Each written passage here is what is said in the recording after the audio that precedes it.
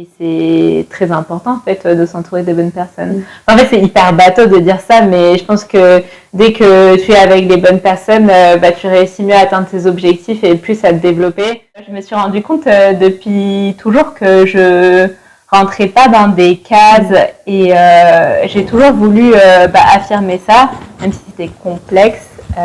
Et je pense que maintenant, oui, justement, j'ai réussi à affirmer ma différence et en faire une force, en fait. Les limites, c'est les limites. Enfin, les seules limites, ce sont les limites que je m'impose. Et oui, effectivement, je vais pas me dire, je sais pas, moi, je vais devenir astronaute ou quelque chose comme ça. Mais par contre, je pense vraiment que oui, enfin, les limites, c'est les limites que je vais m'imposer. Donc, petit à petit, je sors de ma zone de confort et je me prouve que je peux aller de l'avant. Priscilla Silva est entrepreneure en communication et experte en marketing digital. Également intervenante en école de commerce, elle accompagne les autres pour dépasser leurs croyances limitantes et vivre leur créativité sur les réseaux sociaux. Son aventure dans l'entrepreneuriat a débuté sans repère et c'est à force de détermination qu'elle a su se faire sa place dans ce monde et s'entourer des bonnes personnes pour continuer de toujours avancer. Autodidacte, Priscilla aide les entrepreneurs à optimiser leur activité sur les réseaux sociaux et aujourd'hui, elle revient sur son parcours, ses ambitions et son expérience. J'aimerais te poser la question, qui es-tu? Que fais-tu? Comment tu te définis aujourd'hui et comment en fait qui est l'adulte aujourd'hui comparé à l'enfant? Question philosophique. Oui, effectivement, je suis Priscilla. Je pense que j'ai aussi tendance à me définir un peu par mon métier, mon activité actuelle, parce qu'elle prend beaucoup de place. Oui, effectivement, je suis entrepreneuse en communication digitale, consultante et formatrice. Et par rapport à l'enfant que j'étais, je pense que en soi, j'allais dire, j'ai pas beaucoup changé dans le sens où tu restes la même personne, c'est juste que tu évolues au fur et à mesure. Mais c'est vrai que quand j'étais enfant, j'étais très j'allais dire pas réservée, mais en fait j'aimais bien être dans ma zone de confort, avec mes amis, avec ma famille, et j'avais pas ce besoin, par exemple, quand j'étais, je sais pas moi, au parc, d'aller jouer avec des enfants que je connaissais pas. Je préférais jouer avec ma sœur jumelle ou je préférais jouer avec mes amis parce que je les connaissais déjà, parce que j'étais très contente comme ça. Et du coup, oui, ça correspondait pas trop à l'étiquette que tu pouvais coller aux enfants qui sont tous au rire, qui vont explorer, jouer à droite et à gauche. Moi, j'étais pas ce genre d'enfant.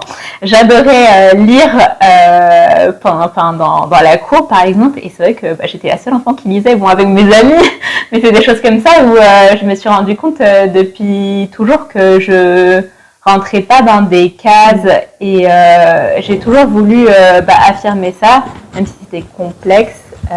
Et je pense que maintenant, oui, justement, j'ai réussi à affirmer ma différence et en faire une force, en fait. Enfin, ma différence, en fait, c'est pas si différent que ça, parce que je pense qu'il y a beaucoup de personnes qui sont, plus introverties, réservées, etc. Mais juste, pas en faire un tabou.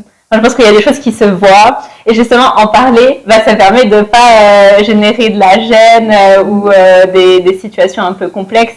C'est pas parce que je participe pas beaucoup dans une conversation que je m'en fous de la personne, c'est juste que je sais pas trop quoi dire ou alors je suis dans cette posture d'observer, d'analyser pour ensuite parler. Et c'est vrai que j'aime pas trop parler pour ne rien dire et surtout j'apprécie écouter les gens, en fait, tout simplement.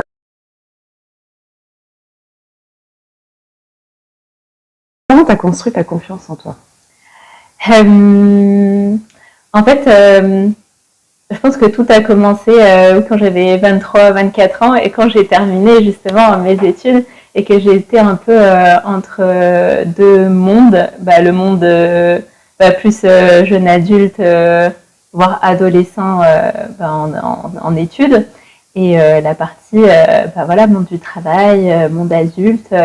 Et je sais pas, c'est comme une période charnière. C'était une période charnière pour moi, je me suis posé beaucoup de questions Et je savais que j'étais entourée de plein de personnes toxiques, que ce soit en amour, en amitié, en famille. Et je me suis dit, bon, bah, il va falloir que je travaille sur ça. Je pense qu'au début, je voulais juste réussir à mieux comprendre pour peut-être mieux m'insérer dans des cases. Mais après, oui, après avoir fait après avoir commencé une thérapie psychologique et avoir commencé à parler d'introversion et de timidité sur les réseaux sociaux, bah, c'est là où je me suis dit, mais en fait, non, j'ai pas de problème. C'est les personnes qui m'entourent qui ont des problèmes avec moi, en fait, enfin, qui reflètent sûrement leur peur, leur frustration, leur colère aussi. Et bon, ça, je le savais déjà, mais ne serait-ce que remettre un peu les pièces dans le puzzle, ça m'a permis de me dire, en fait, c'est pas, j'ai pas de problème, ce sont les autres qui reflètent leurs problèmes sur moi. Et à partir de là, je me suis dit, bon, bah, ok, je vais plus m'accepter et essayer de parler autour de moi de ce genre de thématiques parce que je savais que c'était hyper répandu, mais personne n'en parlait. Enfin, c'est un peu comme par exemple quand il y a un enfant oui, un petit enfant, voire un bébé qui arrive dans un endroit où il y a beaucoup d'enfants, beaucoup d'autres personnes, on va lui dire oui, fais pas ton timide et tout. Mais en fait, au fur et à mesure, quand on te répète les choses pendant toute ton enfance et ton adolescence, bah oui, forcément, tu vas te dire je suis comme ça, je suis comme ci, et tu vas dire bah, je corresponds pas aux normes. Et donc tu vas dire bah c'est moi qui ai un problème. Mais non, enfin c'est juste, c'est conceptuel quoi. J'en parlais récemment sur par exemple à l'école, je vais toujours sur mes bulletins de notes bonne élève, mais ne participe pas assez en cours. Oui, enfin il y avait toujours quelque chose de positif, mais derrière, c'était pas suffisant. Et je comprends en soi, maintenant je comprends que la prise de parole c'est hyper important, sauf que, oui, je suppose que quand tu es enfant ou adolescent, tu as d'autres problématiques et tu es en train de te découvrir et de créer ta personnalité, donc peut-être que c'est compliqué pour toi de prendre la parole devant toute ta classe, quoi. Mais je pense que c'était vraiment ça. C'était la prise de parole en public, d'abord à l'école forcément parce que c'est la première chose que tu fais quand tu es adolescent ou enfant. C'était une des premières problématiques soulevées. Mais bon, en soi, je pense que parfois je voulais juste pas prendre la parole, d'autres fois je voulais mais j'osais pas, et quand j'étais vraiment à l'aise, oui, je le faisais, je pense. Comment tu es sortie de ta zone de confort? Parce que être entrepreneur, c'est sortir de sa zone de confort en permanence. Donc, oui, tout à fait. En fait, déjà, j'étais pas consciente de ça quand je me suis lancée dans l'entrepreneuriat. Je m'attendais à rien. À rien et à tout en même temps parce que j'avais personne autour de moi qui s'était lancé, qui avait créé son entreprise, et j'avais pas de repères ou d'exemples concrets. Et donc, moi, je dis souvent, si on m'avait dit il va se passer telle chose, tu vas devoir faire ça, je me serais dit non, c'est mort, je vais faire autre chose. Mais comme je ne savais pas, je me suis dit ok, pas de souci. Et je pense qu'effectivement, prendre la parole sur les réseaux sociaux, rencontrer de nouvelles personnes et un peu partager pas ma vie, mais certains aspects de ma vie, ça m'a permis d'avoir plus d'aisance et justement de m'entourer des bonnes personnes. Donc dès le début, je me suis dit il faut que je développe mon réseau et surtout que je puisse échanger avec d'autres personnes qui ont créé leur entreprise pour être bien accompagnée. Parce que forcément tes proches ils sont salariés, on n'a pas les mêmes problématiques, même si on s'entend très bien. Mais c'est sûr que ça permet être entouré d'autres personnes dans ta situation, ça te permet d'avancer en fait, tout simplement. Donc oui, je me suis d'abord, tout a commencé en m'entourant des bonnes personnes, je pense, même si aujourd'hui on n'est plus en contact. Et c'est à partir de là où je me suis rendu compte que le réseau professionnel c'était hyper important. Et où je me suis dit il va falloir que je rencontre j'ai un maximum de personnes pour que ça puisse être effectivement soit des clientes, soit des personnes qui vont me recommander, des choses comme ça. Et oui, je pense que c'est je suis partie de ce constat-là. Il faut que je rencontre un maximum de personnes. Et quand tu dis cliente, pourquoi tu dis cliente et pas nécessairement client? Oui, alors en fait, déjà, je pense que effectivement, je me suis sentie plus à l'aise avec un public féminin parce que en 2019, quand j'ai commencé à parler de développement personnel sur Instagram, il y avait un maximum je pense 85% de personnes se définissant comme femmes. Et du coup, effectivement, je me suis dit, je vais lancer mon activité grâce à Instagram parce que c'est ce que je connais et je savais comment communiquer auprès d'un public féminin. Donc je me suis dit, ma première cible, ça va être des entrepreneuses qui ont lancé leur activité et qui ont besoin que je les accompagne sur Instagram. Et oui, ça s'est fait parce que c'était le secteur que je connaissais le mieux, en fait, tout simplement. Et au fur et à mesure, ça évolue. Mais c'est vrai que en général, j'ai plus des clientes que des clients.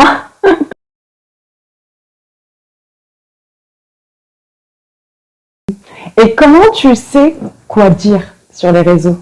D'où ça te vient? Comment tu as construit ça? Par l'expérience? Par la connaissance? Oui, je dirais que c'est un mélange des deux, dans le sens où j'ai fait des études qui n'ont absolument rien à voir avec la communication et le marketing, mais ça m'a permis, donc j'ai fait des études de lettres et de langue à la Sorbonne, et ne serait-ce que étudier et avoir une méthodologie, ça m'a permis d'avoir plus d'être plus à l'aise pour apprendre de nouvelles choses et aussi pour les exposer.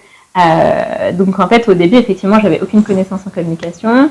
Les réseaux sociaux, j'avais juste une connaissance personnelle, comme tout le monde, j'ai envie de dire. On est tous sur les réseaux sociaux. Je me suis formée en autodidacte.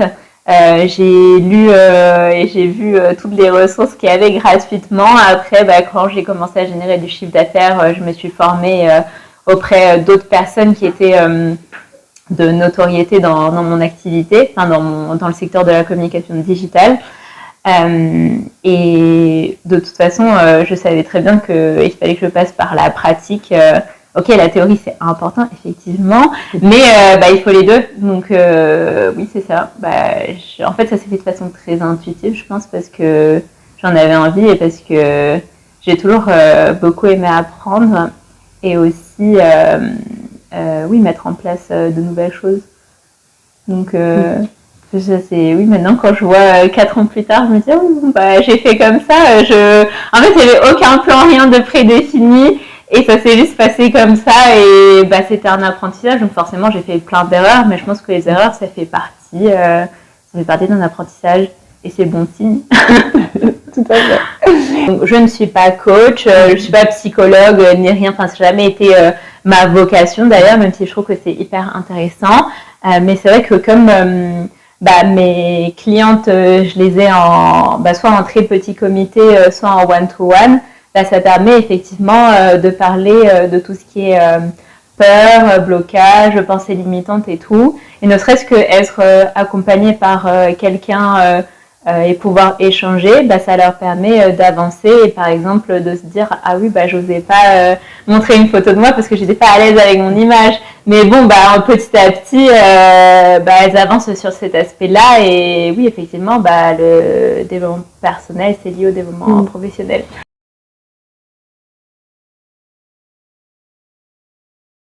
Et justement, quelles sont les peurs qui reviennent généralement auprès de tes clientes? Quelles sont les croyances limitantes? Je ne vais pas te dire d'en citer 3. Mais est-ce que tu as remarqué qu'il y avait quand même des choses en commun qui reviennent à chaque fois?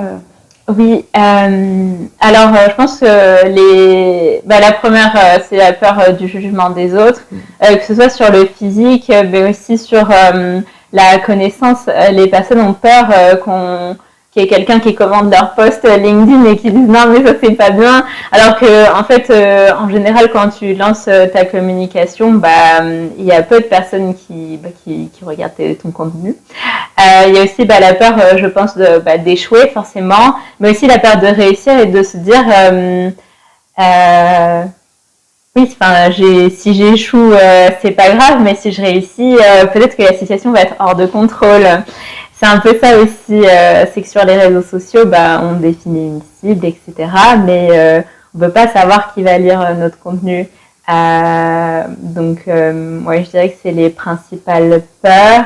Et aussi, bah, en pensée limitante, ça peut être la pensée limitante de oui, enfin de pas réussir ou de devoir que tout soit parfait. Il y a beaucoup de, enfin on parle du perfectionnisme et tout. Il y a beaucoup de personnes qui disent bon bah je mets 2 heures à faire un post Instagram parce que je veux que tout soit parfait, mais je me rends compte que c'est pas parfait. Qu'est-ce que je fais? Et en fait bah quand on a une activité, quand on a des clients, voire des salariés, on peut pas passer 10 ans sur une publication sur Instagram. Il faut passer à autre chose. Et oui, c'est ce genre de choses où bah, une personne qui à la base est très perfectionniste avec son travail, bah forcément dans sa façon de communiquer sur les réseaux sociaux, bah, ça va se voir directement. Donc c'est intéressant de voir quelles sont ces problématiques. Mais c'est hyper répandu, hein, je pense vraiment hyper répandu. Peu importe à quel moment de ton activité tu es, même si ça fait 10 ans, 20 ans que tu fais ça, bah, dès que tu prends la parole sur les réseaux sociaux, ça peut générer plein de peurs et de blocages. Est-ce que du coup, on a plus peur du jugement des autres ou de son propre jugement? Non, je pense que c'est les deux. Effectivement, bah, je pense qu'on peut d'abord mettre en avant la peur du jugement des autres parce que c'est quelque chose qui est hors de contrôle et on ne sait pas à qui on va s'adresser, quels sont les résultats qu'on va obtenir, les commentaires, les leads, etc. Mais en fait, je pense que c'est aussi bah, avoir peur de se dévoiler ou de dire quelque chose qu'en fait on ne voulait pas dire, des choses comme ça. Et bah, j'ai l'exemple d'une personne qui... Enfin, j'étais à un événement entrepreneurial il y a, je crois, 2 semaines, quelque chose comme ça. J'étais intervenue et j'avais dit que bah, les réseaux sociaux, c'était important, forcément, je ne vais pas dire le contraire.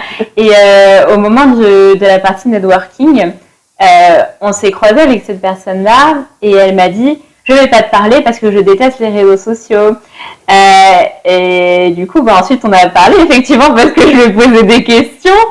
Oui, enfin, elle m'a dit en fait, c'est pas que j'aime pas, c'est que je me sens pas à l'aise, donc je délègue à 100%. Et effectivement, je pense qu'il y a beaucoup de personnes qui vont dire les réseaux sociaux, c'est n'importe quoi et tout, mais je dirais que c'est comme n'importe quel outil.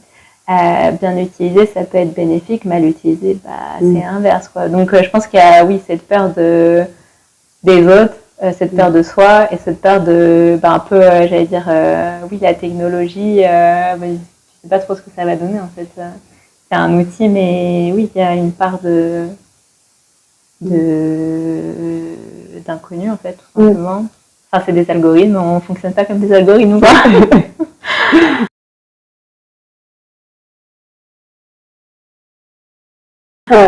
Toi, ça fait 4 ans, vu que tu es là-dedans, et que tu as découvert l'entrepreneuriat, etc. Oui. 4 ans après, comment tu te situes? Qu'est-ce que tu estimes avoir vraiment bien réussi? Qu'est-ce que tu estimes avoir moins réussi? C'est quoi ton bilan après 4 ans d'entrepreneuriat? Bah, actuellement, je suis vraiment en train de régulariser comment. Enfin, il y a des mois où effectivement c'est un peu les montagnes russes, etc. Ça en termes de charge mentale et de tout ce qui peut être psychologique, parce que forcément, ton entreprise, c'est pas ton bébé, parce que j'aime pas dire ça, mais c'est quelque chose qui te tient à cœur, c'est ton projet que tu développes depuis de nombreuses années. Donc là, je suis en train, j'essaye au maximum de stabiliser cet aspect-là. Pareil pour l'aspect financier. Moi, en tout cas, ce que je regrette de ne pas avoir fait avant et ce que je conseille à toute personne qui me dit c'est bon, je vais me mettre en freelance, c'est bon, je vais lancer mon entreprise. Enfin, un peu en se disant j'en ai marre du salariat, je vais me lancer en tant qu'indépendant. C'est de bien préparer parce qu'effectivement, je me suis lancée comme ça sans rien savoir, absolument rien savoir. Et je pense que oui, j'aurais dû me former sur la partie ne serait-ce que financier ou business, comment créer une offre. Ça, c'est le premier aspect. Deuxième aspect, je pense que en termes de communication, j'ai j'ai fait ce qu'il fallait faire. Et en termes de développer son réseau professionnel, je pense aussi que je savais qu'il fallait que je rencontre d'autres personnes, forcément, pour développer mon réseau.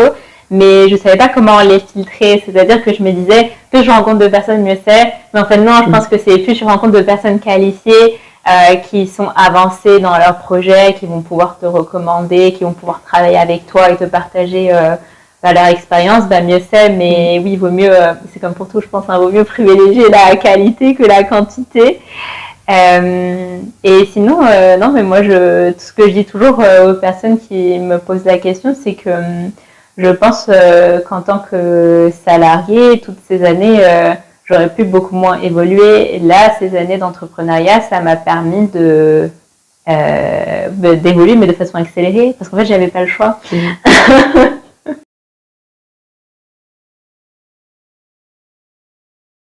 Alors, il y a aussi un autre sujet. Quand on est entrepreneur, on travaille beaucoup grâce à sa créativité. Oui. Donc, comment tu vis ta créativité? Comment tu la nourris? Est-ce que elle est toujours présente ou bien est-ce que tu as des moments où gros blackout? Comment ça se passe? En fait, je pense que l'entrepreneuriat, ça m'a permis de me comprendre et d'être plus bienveillante avec moi, dans le sens où je sais que je peux pas travailler toute la journée, ou alors que si je travaille toute la journée parce que, par exemple, je donne des cours et qu'il y a des horaires et qu'il faut les respecter, je sais qu'après, il va falloir que je me repose. Et je pense que oui, en fait, la créativité et tout ce qui est en lien avec quelque chose qui est pas palpable, en fait, c'est vraiment important de comprendre comment on travaille, comment on se repose, comment on peut développer cette créativité. Et c'est vrai que, il faut aussi savoir comment un peu faire, faire le vide entre quand tu travailles et quand tu te reposes, parce que en fait, en soi, je pense que c'est quelque chose de fatigant de toujours avoir de nouvelles idées, de toujours dire j'aimerais bien faire ça, j'aimerais bien faire ci. Et moi, ça arrive souvent pour les posts sur les réseaux sociaux où je me dis il faudrait que je fasse un post sur ça, sur ci, sur ça. Et je me dis mais en fait, je suis en week-end, ou alors juste avant de me coucher, ou si je me réveille pendant la nuit, je me dis je ferais bien de faire ça. Et c'est vrai que oui, effectivement, ça prouve que j'ai pas le syndrome de la page blanche et que j'ai toujours de nouvelles idées. Mais en même temps, c'est compliqué de toujours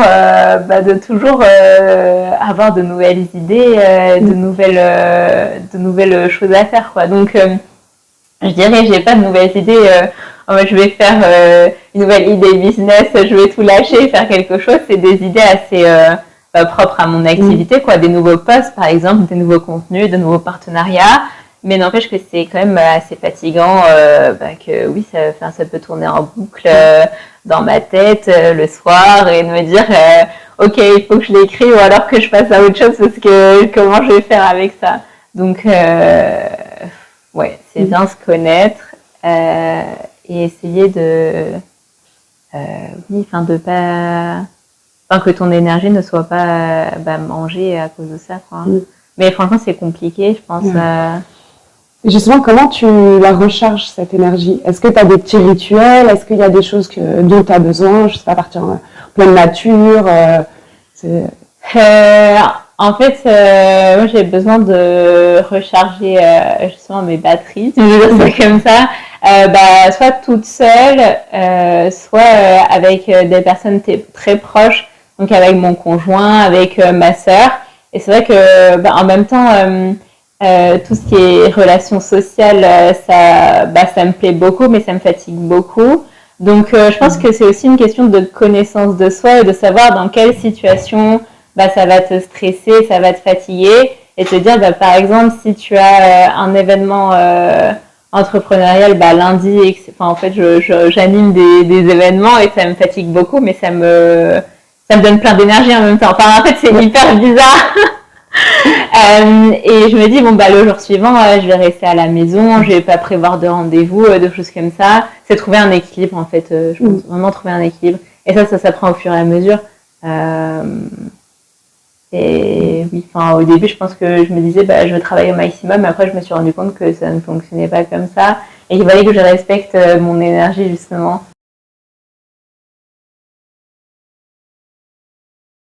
Tout à l'heure, tu parlais de l'importance du réseau et de fréquenter des gens de qualité, etc. Aujourd'hui, à quoi ressemble ton réseau? Et est-ce que tu as, par exemple, des mentors? Est-ce que tu fréquentes des gens qui t'inspirent? Comment ça se passe à ce niveau? Oui, en fait, bon, ça j'en étais consciente depuis le début et j'ai mis quand même, je pense, 1 an et demi, 2 ans avant de trouver le bon réseau.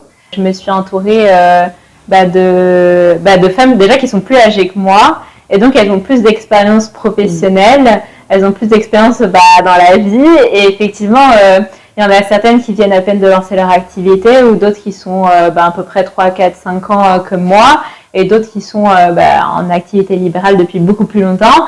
Mais pouvoir échanger avec des personnes bienveillantes et qui sont dans cette optique aussi d'ouverture et de développer leur réseau, ça m'a permis d'améliorer ma posture d'entrepreneuse.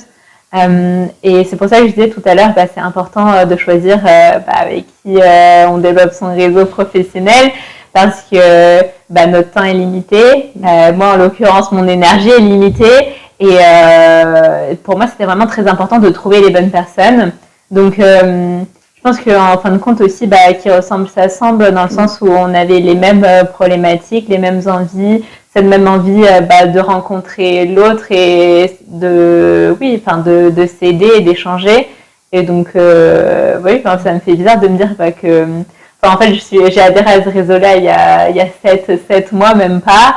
Et depuis, je rencontre les mêmes personnes très régulièrement et franchement, je me sens hyper à l'aise et c'est très important en fait de s'entourer de bonnes personnes. En fait, c'est hyper bateau de dire ça, mais je pense que dès que tu es avec les bonnes personnes, tu réussis mieux à atteindre tes objectifs et plus à te développer. Contrairement quand tu es avec des personnes qui sont là pour te tirer vers le bas ou qui sont pas bien dans leur activité.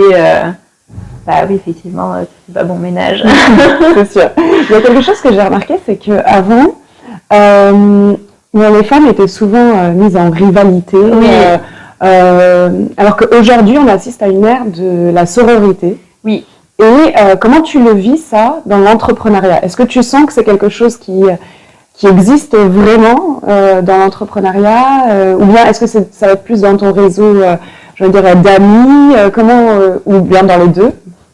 Je dirais effectivement, par exemple, on avait l'exemple de l'école où tout le monde était toutes les femmes étaient en rivalité, pareil dans certaines entreprises. Et en fait, ma perception du travail, le travail que j'ai créé à travers l'entrepreneuriat, c'était pas ça justement, c'était de pouvoir échanger en toute bienveillance, avec du respect et en tolérant les avis des autres. Et c'est quelque chose que j'ai développé moi-même sur les réseaux sociaux avant de me lancer dans mon activité. Et c'était quelque chose qui me tenait beaucoup à cœur.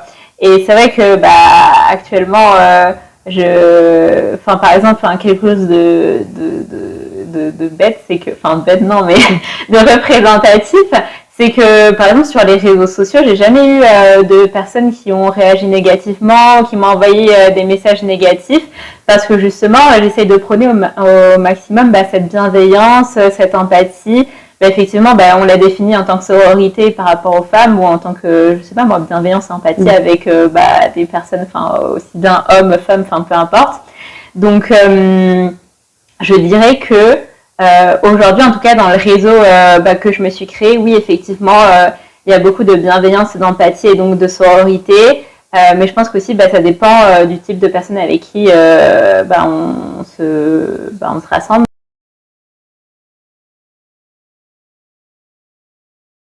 C'est vrai que je pense que à la base, j'étais quelqu'un de assez pas rancunier, mais quand il se passait quelque chose, on va dire que je le gardais toujours en tête et que je pouvais avoir un peu de ressentiment. Il y avait quelque chose. Et moi, justement, l'entrepreneuriat, ça m'a permis d'être beaucoup plus flexible et de me dire, par exemple, si la prospect avec qui j'ai échangé 1 heure au téléphone, elle montre plus signe de vie. C'est pas que j'ai fait quelque chose de mal ou qu'elle trouve que mon travail est pas bien ou qu'elle m'a remplacée, enfin des choses comme ça. Enfin, c'est juste que c'était pas le bon moment. Que peut-être qu'elle reviendra dans 1 an et demi, dans 6 mois, peu importe. Ou peut-être que j'avais un rendez-vous, dans un rendez-vous entrepreneurial. Et je l'accueillerai les bras ouverts parce que en fait il n'y a pas de souci quoi. C'est plus oui cette tolérance. Oui, je pense que effectivement me lancer à mon compte, ça m'a permis d'être un peu plus tolérante. Et c'est quelque chose que je travaille de plus en plus. La bienveillance, l'empathie, etc. Mais je pense que c'est important justement pour attirer les bonnes personnes. Est-ce que tu penses que c'est des choses qu'on devrait étudier à l'école? Je dirais que c'est des choses en général qu'on fait sans s'en rendre compte avec ses amis ou avec les membres de sa famille, être bienveillant, etc. Mais c'est vrai que moi en tout cas j'ai trouvé que le monde de l'école était très complexe et compliqué et qu'il ne développait pas l'empathie des enfants. Donc oui, effectivement, je pense que ça pourrait être une bonne chose, comme plein d'autres... en fait, c'est plus la partie, développement personnel et relations interpersonnelles qui seraient importantes à développer à l'école, ça c'est sûr. Mais je suppose que aujourd'hui, en principe, avec les nouveaux profs, justement, qui sont dans la vingtaine, la trentaine, ils ont plus cet aspect-là d'empathie, en principe. Et je pense que oui, ça change au fur et à mesure. Et c'est important d'apprendre la bienveillance et la tolérance à l'école, hein, ça c'est sûr. Parce que ça définit aussi, je pense, ta façon de te comporter à l'école, elle va définir ta façon de te comporter dans les études supérieures et dans le monde du travail, en principe. Et c'est vrai que moi j'ai certaines amies, membres de ma famille qui me disent oui, c'est un peu... on dirait une telenovela, mon travail, on dirait on dirait une télé-réalité, il y a plein de problèmes et tout. Et je me dis, peut-être que si on apprenait justement aux personnes à être plus tolérantes dès qu'elles sont enfants et adolescentes, peut-être qu'il y aurait moins ces problématiques-là. Bon, en principe, après...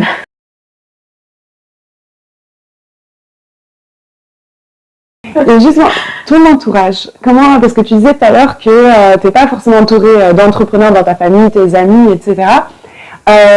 Comment ils voient ton activité et comment ils te soutiennent au quotidien C'est ça que tu disais, tu as une sœur jumelle, est-ce qu'elle est aussi entrepreneuse Non, en fait... oui, effectivement, personne dans mon entourage est entrepreneur, freelance, peu importe, tout le monde est salarié.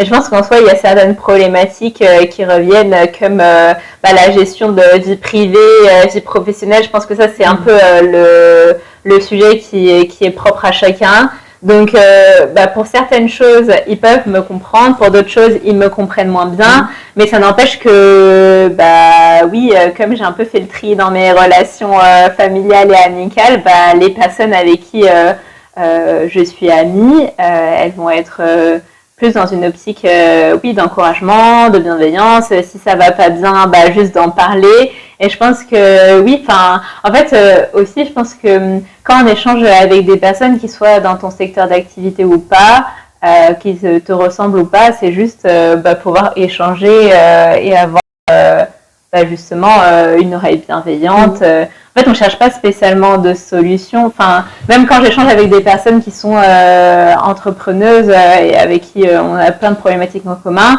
on ne cherche pas forcément des solutions, on cherche juste à en parler, à pouvoir... justement, ne serait-ce qu'en parler parler avec quelqu'un d'autre, ça te permet de te dire je pense que je peux travailler sur ça, je pense qu'il y a ça et ça, et donc c'est juste être dans une écoute bienveillante, peu importe ton secteur d'activité en fait, que tu sois salarié, entrepreneur, que tu aies créé ton entreprise avec 50 personnes, peu importe, c'est juste pouvoir échanger de façon bienveillante. C'est hyper important. Oui.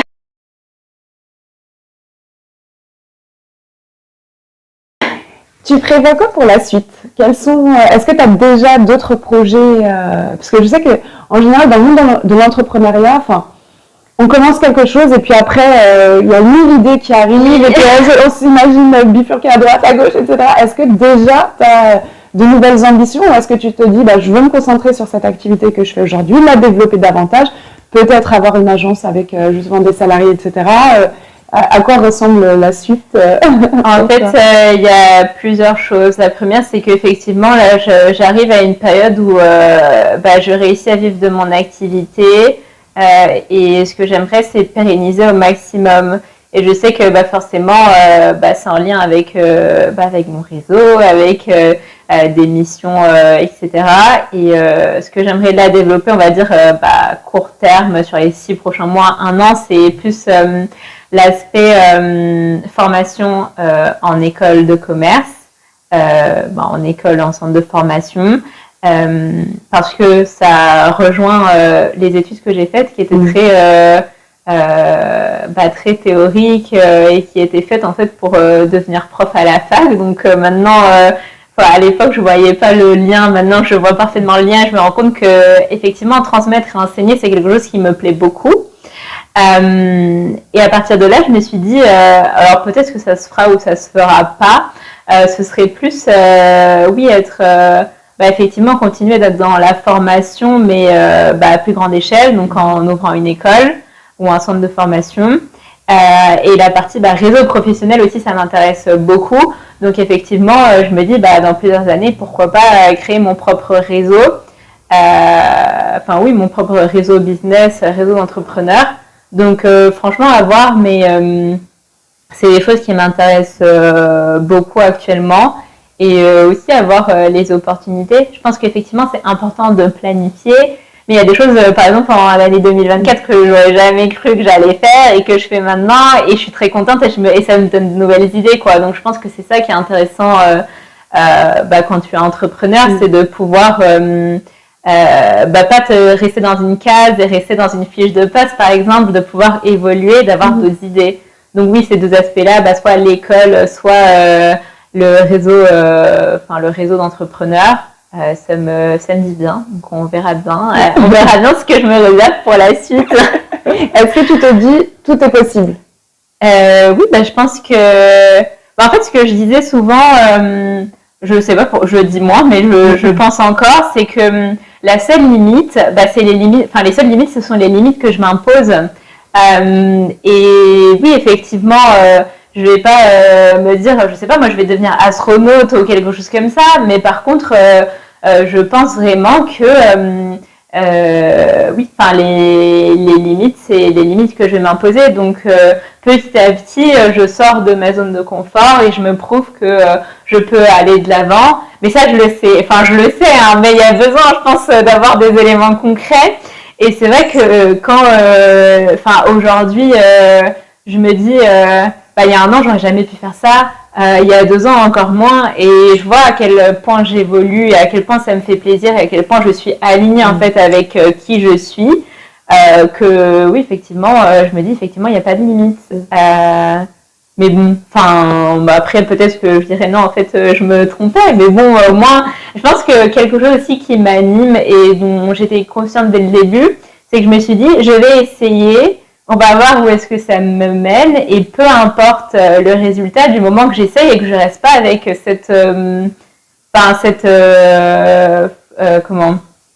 de me dire c'est dommage, j'aurais dû faire ça, d'avoir des regrets. Oui, d'avoir des regrets. Je suis contente de l'avoir fait et je l'ai fait pour moi et pas pour les autres. Je pense que c'est ça qui est très important.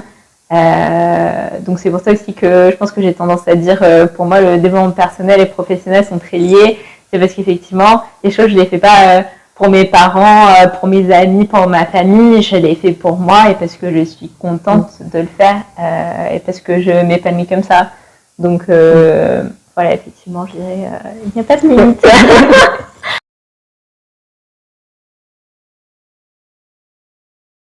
Si tu avais un conseil à donner? En fait, je dirais d'oser, surtout quand on a peur. Je pense que si on a peur, c'est parce que justement, il y a quelque chose derrière et c'est normal d'avoir peur, c'est un bon indicateur. Mais oui, oser pour, oui, effectivement, ne pas avoir de remords. Et je pense que c'est valable pour la partie professionnelle, mais aussi pour la partie personnelle et tous les pans de la vie qu'une personne peut avoir, quoi. C'est que si on n'ose pas, il va rien se passer, en fait, tout simplement. Mais c'est hyper bateau aussi, je pense. Mais c'est vrai que c'est important d'oser et de faire. En fait, effectivement, c'est des phrases, entre guillemets, bateau, Oui. on peut dire, mais en réalité qui sont d'une justesse, Oui. et si on les appliquait quotidiennement. Mais oui, non, mais c'est ça. Mais c'est vrai que à force d'avoir échangé avec d'autres entrepreneurs ou même juste des personnes de mon entourage qui n'ont rien à voir avec ça, je me dis, oui, c'est des phrases un peu lambda que tu peux voir dans n'importe quel contenu sur du développement personnel. Mais c'est vrai que si on les voit autant, c'est que c'est d'une justesse et ça peut s'appliquer justement à chaque personne. Donc, oui, effectivement, oser, ça me semble le plus important. Et oser, si on a peur, c'est encore mieux parce que justement, il y a quelque chose derrière cette peur. Ne pas réfléchir, voilà, ne pas trop réfléchir. Et se lancer. Et se lancer. Non, mais c'est vrai. Il y a beaucoup de personnes qui restent porteuses de projets pendant très longtemps, qui vont développer toute une activité, mais qui vont jamais passer à la pratique. Et quand elles vont se lancer, il est trop tard parce que elles n'ont pas les fonds nécessaires ou parce que elles doivent reprendre un travail salarié ou des choses comme ça. Et je me dis, c'est dommage. Si elles s'étaient lancées 2 ans avant, et elles auraient peut-être pu faire quelque chose, mais en fait, non, elles ont passé trop de temps sur la théorie. Ouais. Oser se lancer, ne pas trop réfléchir et aussi se rendre compte du chemin qu'on a parcouru, ne serait-ce qu'il y a 6 mois, il y a 1 an, et de se dire aussi que oui, la personne qu'on était enfant ou adolescente doit être hyper fière de nous et de notre évolution. Je pense que c'est ça aussi, se rendre compte de l'évolution qu'on peut avoir et oui, d'être aligné avec qui on est. Merci beaucoup. Merci de nous avoir accordé cet entretien. Je suis très très contente de t'avoir reçu et puis j'espère qu'on aura l'occasion de te revoir à un autre événement. Mais oui, avec plaisir. Merci.